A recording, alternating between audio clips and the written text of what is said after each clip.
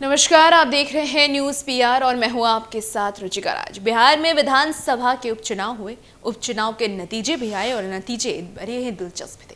जिस तरीके से नतीजे आए, आपको बताएं कि आरजेडी की हार हुई और जदयू के एक बार फिर से जीत हो गई। लेकिन चुनावी माहौल अभी बिहार में खत्म नहीं हुआ है। बिहार में एक और बड़े चुनाव होने वाले हैं और इसमें देखने वाली बात होगी कि आरजेडी कैसे अपनी हार का बदला जदयू से लेती है और इस चुनाव में उनकी क्या कुछ रणनीति होंगी, कैसे वो आगे बढ़ेंगे। क्योंकि आरजेडी को बिहार की सबसे बड़ी पार्टी कही जाती है कि आरजेडी सबसे बड़ी पार्टी है और ये चीज़ें आरजेडी भी कई बार बोलती नजर आती हैं कि जदयू तीसरे नंबर की पार्टी है और वो सबसे बड़ी पार्टी है। लेकिन इसके बावजूद हर चुनाव में उनकी हार हो जाती है। इसके पीछे की वजह क्या रही और आने वाले जो बड़े चुनाव हैं उसमें कैसे आरजेडी आगे बढ़ेंगी, कैसे जदयू को वो पटकनी देंगी, इसके बारे में हम विस्तार से आज जानकारी लेंगे। हमारे साथ हमारे सहयोगी रंजीत झा जुड़े हैं, ये आपको विस्तार से इसके बारे में जानकारी देंगे। तो सर, अभी जो बड़े चुनाव होने वाले हैं उसके बारे में पहले बताइए और उसके बाद आरजेडी की क्या कुछ इस बार रणनीति रहेंगी, कैसे वो इस बार जदयू को हरा सकती है। बड़े चुनाव का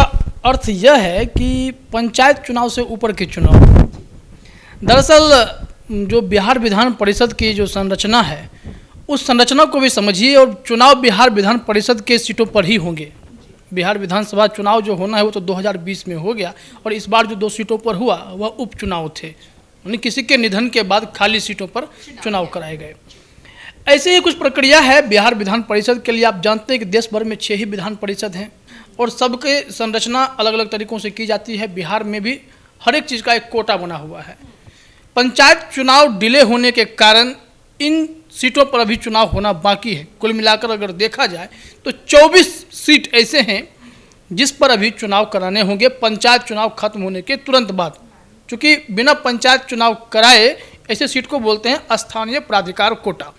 स्थानीय प्राधिकार कोटा की जो संरचना है उसमें जब तक ये निकाय चुनाव संपन्न नहीं हो जाते हैं तब तक यह चुनाव कराना संभव नहीं होता है और इसमें एमएलसी को चुनने की प्रक्रिया होगी इस चुनाव के बाद। तो 24 ऐसे सीट हैं। इसमें बीजेपी के हिस्से क्या है, जदयू के हिस्से क्या है, आरजेडी के हिस्से क्या है, कांग्रेस के हिस्से क्या है या फिर निर्दलीय हैं या अन्य छोटे छोटे दल हैं, सबके पास क्या है। और इस बार तस्वीरें अगर बदलेगी तो क्या राजद के पास मौका है कि वो बदला ले सके, बड़ा सवाल है।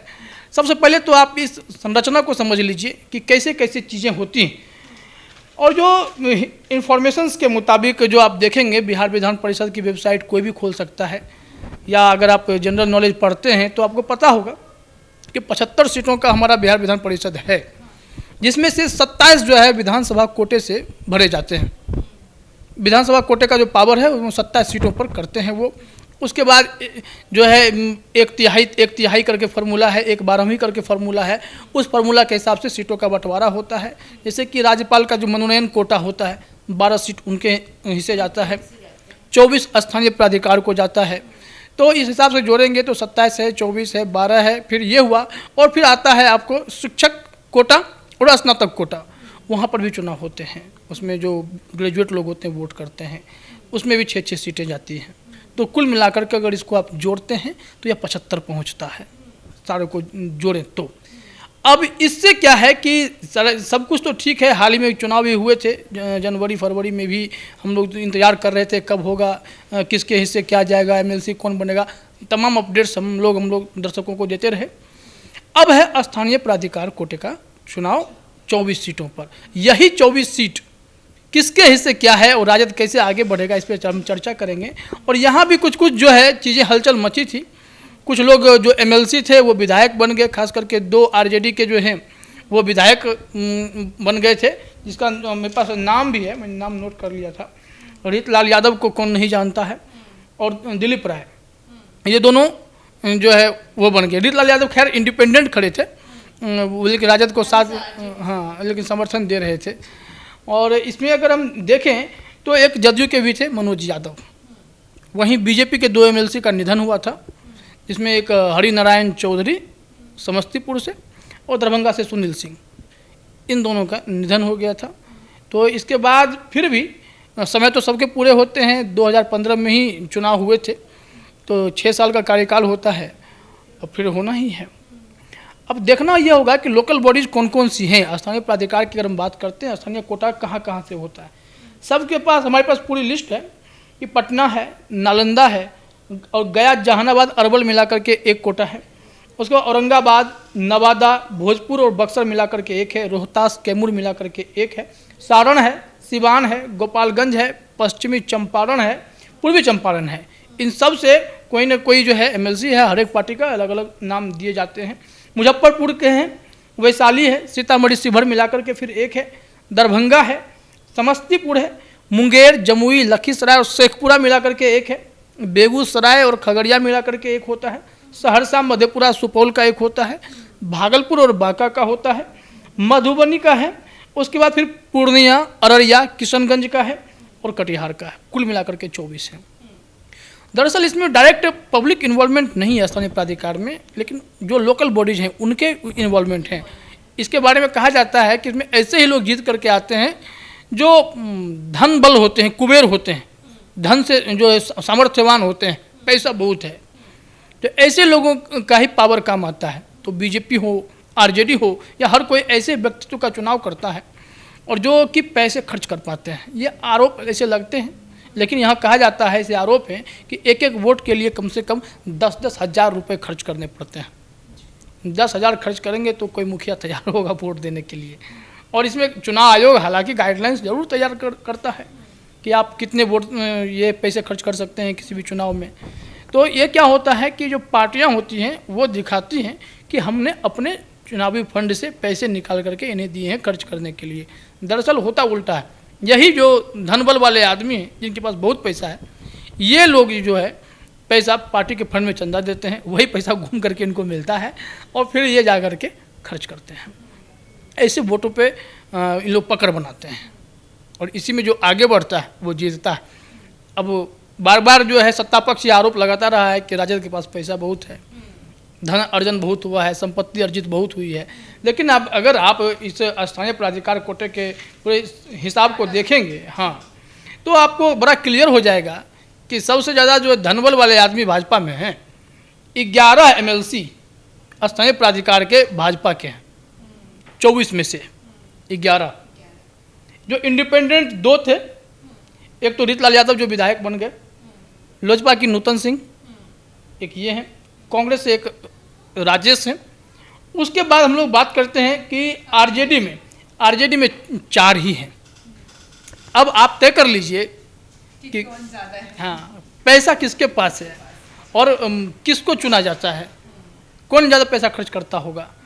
तो इसमें आरजेडी के 4 ही हैं, जेडीयू के 5 हैं। तो सबसे बड़ी बात है कि तस्वीरें बदलेंगी कि नहीं। 11 जिनके पास हैं, क्या वो दोबारा चुनाव लड़ेंगे? 11 तो खैर इसमें से 2 आप तो हटा ही दें कि 2 का तो निधन हो गया। और हम लोग फिर आगे जब वीडियो बनाएंगे तो हम चर्चा करेंगे कि हर उस स्थानीय प्राधिकार के सीट पर, जो हमने 24 सीट सबके नाम लेकर के बताए, उन सीटों पर किसकी दावेदारी मजबूत होगी। उस वक्त जब यह 2015 में हुआ था स्थानीय प्राधिकार का चुनाव, तो उस वक्त जदयू और भाजपा अलग अलग थे, एनडीए का गठबंधन नहीं था, लेकिन महागठबंधन था। और उस वक्त जब ये लोग अलग अलग थे तो कई ऐसे सीट हैं जहाँ पे जेडीयू वर्सेस बीजेपी भी हमें देखने को मिला। जो रनर हैं, जो उप विजेता रह गए या पीछे कहते हैं सेकंड नंबर पर रह गए रेस में, वो कहीं बीजेपी के हैं, कहीं जेडीयू के हैं, ऐसा भी हुआ है। इस बार की क्या चुनाव की सीन है? इस बार कौन ज़्यादा है, कौन कम? ज़्यादा कम मैंने अभी आपको एक चीज़ें समझाई हैं कि इसमें धनबल काम करता है। हाँ, इस चुनाव में स्थानीय प्राधिकार में आप मुखिया को कैसे क्लच में लेंगे और कौन से मुखिया के साथ आपके संबंध कैसे हैं, या जो जिला परिषद वाले होते हैं उनसे कैसे संबंध हैं, इन सबों का इस्तेमाल होता है। लोकल बॉडीज़ में शामिल लोगों के पावर का इस्तेमाल होता है।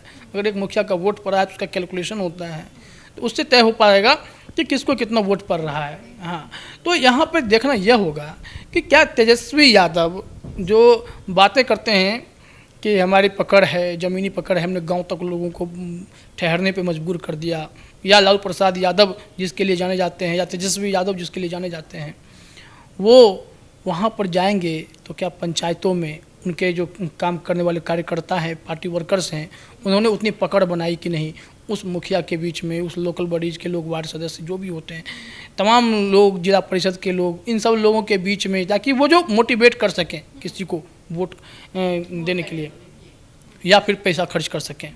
ऐसी परिस्थिति के लिए तैयार हैं कि नहीं? क्या यहाँ बीजेपी बाजी मारेगी? क्योंकि बीजेपी को कहा जाता है कि बूथ लेवल से लेकर के प्रखंड, पंचायत, मंडल, ये हर एक तरीके से लोगों को उन्होंने तैयार किया है।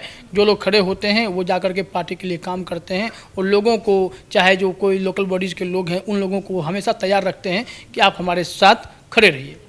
और क्या इसी काम को सफल करने में राजद तैयार हुआ क्या?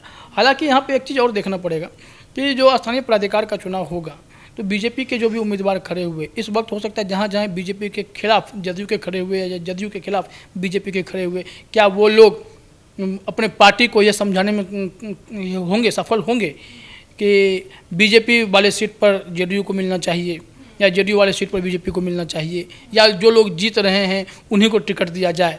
ऐसी परिस्थिति उत्पन्न होगी क्या? क्योंकि ये सारी चीज़ें देखनी पड़ेगी ना। अब तो गठबंधन में है, आपको फिर कॉमन मिनिमम प्रोग्राम पे भी काम करना पड़ेगा।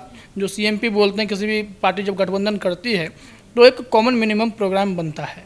तो उस मिनिमम प्रोग्राम के तहत आप क्या जदयू को अपना सीट कुर्बान करने के लिए तैयार हैं? क्या बीजेपी अपनी सीट छोड़ेगी ये जदयू के लिए या जदयू बीजेपी के लिए? ये सवाल तो उठेंगे ही। हो सकता है कि इसमें हिस्सा मांगने के लिए मांझी के पार्टी के लोग चले जाएं, हो सकता है कि इसमें हिस्सा मांगने के लिए आपको मुकेश सहनी के पार्टी के लोग चले जाएं, लेकिन काम वही करेगा कि जिसके पास धन अधिक है। और ये स्पष्ट रूप से पिछले बार की जो डाटा आपने बताया कि बीजेपी की तरफ से 11 है, जदयू की तरफ से 5 हैं, आरजेडी की तरफ से 4 है, तो इस बार क्या लगता है वही सीक्वेंस होगा या थोड़ा बदल सकता है? तेजस्वी यादव चाहे तो बदल सकता है। अब डिपेंड यही करता है ना कि अभी जो चुनाव हो रहे हैं, निकाय चुनाव हो रहे हैं, चाहे पंचायत के जो चुनाव हो रहे हैं, तो पंचायत चुनाव में मुखिया जो जीत के आ रहे हैं वो माइंडसेट उनका क्या है?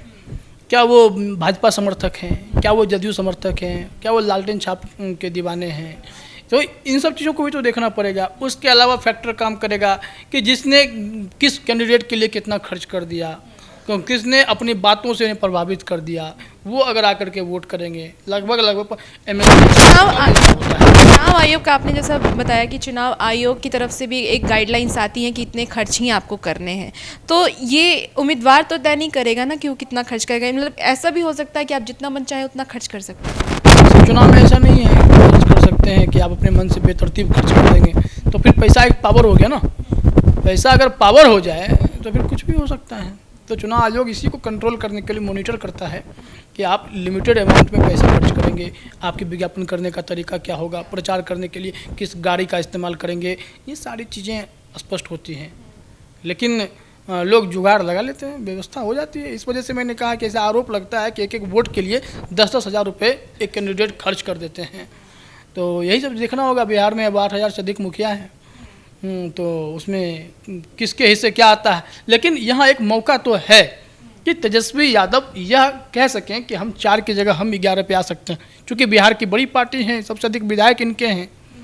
और तो ऐसी परिस्थिति में इनके पास यह है, मौका है कि वो साबित करें कि जिस तरह से वो विधानसभा में सबसे बड़ी पार्टी है, वो आने वाले समय में एमएलसी के चुनाव में भी अपना दबदबा बनाए रखेंगे या बढ़ाएंगे, कद बढ़ाएंगे। और जो जनाधार की बात वो करते हैं कि लालू प्रसाद यादव या तेजस्वी यादव या राष्ट्रीय जनता दल के नेता कि हमारा जनाधार बहुत है, बहुत मजबूत हैं हम, तो उस जनाधार का सदुपयोग कीजिए। फिर आप दिखाइए कि आपके साथ स्थानीय प्राधिकार के कितने लोग जुड़े हुए हैं। अगर वो लोग आपके साथ हैं तो आने वाले समय में आप चुनाव भी जीत सकते हैं। आपके मुख्यमंत्री बनने में जो रो रहे हैं वो खत्म हो जाएंगे। जो गाँव की सरकार जब हम कहते हैं, मतलब गरीबों की सरकार, तो उसमें अगर आपकी पकड़ है, धन बल के अलावा अगर आप प्रभावित किए हुए हैं लोगों को, तो आपको पैसे भी खर्च करने की ज़रूरत नहीं पड़ेगी, आप ऐसे भी जीत जाएंगे। तो ये देखना होगा कि आंकड़े बढ़ते हैं कि नहीं बढ़ते हैं। आंकड़े बढ़ेंगे तो फिर बीजेपी के कम होंगे, यही कुछ हो सकता है। लेकिन 24 सीटों पर नज़र बनाए रखना होगा रुचि का, कि यह भी मुकाबला दिलचस्प होगा। आने वाले वीडियो में हम लोग सीट वाइज कैंडिडेट पर चर्चा करेंगे कि किसको यह मिल सकता है। जैसे कि अभी दरभंगा और सिवान को लेकर के खूब चर्चा है कि इस सीटों पर जो है टक्कर हो सकता है। उसी तरह अनेक सीटों पर होंगे, औरंगाबाद हो, समस्तीपुर हो, हर एक सीट हैं, बेगूसराय, खगड़िया के जो संयुक्त सीट हैं, इन सब पे आपको देखने को मिलेगा कि कैंडिडेट कौन होगा। बेगूसराय से क्या रजनीश कुमार इस बार फिर से आगे आएंगे, लगातार आ रहे हैं, तो फिर आएंगे कि नहीं आएंगे, तो नज़र बनाए रखना पड़ेगा। और हम लोग भी दर्शकों को अपडेट देते रहेंगे कि किस सीट पर क्या मुकाबला होगा। पहले पंचायत चुनाव थोड़ा निपट जाए, हालांकि वीडियो इन्फॉर्मेशन हम लगातार देते रहेंगे क्या हो सकता है। तो जैसे कि आपको बताएं कि एमएलसी के चुनाव होने वाले हैं, पंचायत चुनाव के तुरंत बाद ही इस चुनाव को कराए जाएंगे। हालांकि पंचायत चुनाव की वजह से इस चुनाव में भी देरी हुई है। ये चुनाव जून के महीने में ही होने वाले थे, लेकिन इस पंचायत चुनाव की वजह से देरी हुई है और अब पंचायत चुनाव के बाद 24 सीट पर एमएलसी के चुनाव होने वाले हैं। अब इसमें कैसी बिहार की राजनीति रहती है, आरजेडी इस बार क्या अपना प्रदर्शन कर पाती है, क्योंकि उपचुनाव में उनके प्रदर्शन तो अच्छे रहे लेकिन कहीं ना कहीं हार का सामना करना पड़ा है। अब एमएलसी के चुनाव पे हमारी नज़र बनी रहेगी कि इस बार आरजेडी का क्या प्रदर्शन रहता है, जदयू, बीजेपी, इन सब का क्या कुछ प्रदर्शन रहता है। और जैसे ही हमें इसके बारे में कोई जानकारी मिलेगी हम आपको सबसे पहले पहुंचाएंगे। और वैसे ही तमाम खबरों के लिए हमारे साथ बने रहिए और देखते रहिए न्यूज़ पीआर। धन्यवाद।